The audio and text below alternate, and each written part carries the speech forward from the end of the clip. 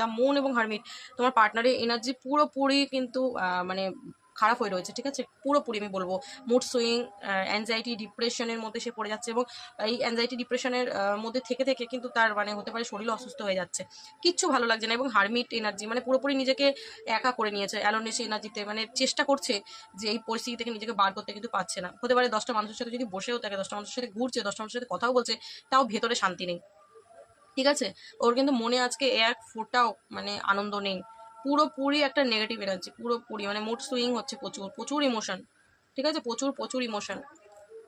এনার্জিটা প্রথমেই দুটো একদম এমনই এলো, ও খুবই কষ্টের মধ্যে দিয়ে যাচ্ছে, তার কিচ্ছু ভাল লাগছে না। ওকে, আমি এখানে দেখো দেখতে পাচ্ছি তোমার পার্টনারের উদ্দেশ্য, যদি আমি বলি ওর মনের হিডেন ফিলিংস, ট্রু ফিলিংস, ও কিন্তু তোমার সাথে রিইউনিয়ন চাইছে, তোমার সাথে কিন্তু রিলেশনশিপটা ঠিক করে নিতে চাইছে। মেবি এই মুহূর্তে পাচ্ছে না, বা যদি ও কোনো অন্যায় করে থাকে তো তুমি হয়তো ওর ওপর রেগে রয়েছে, এরকম ভাবনা চিন্তা ওর মাইন্ডে চলছে, যার কারণে কিন্তু প্রকাশ করতে পারছে না।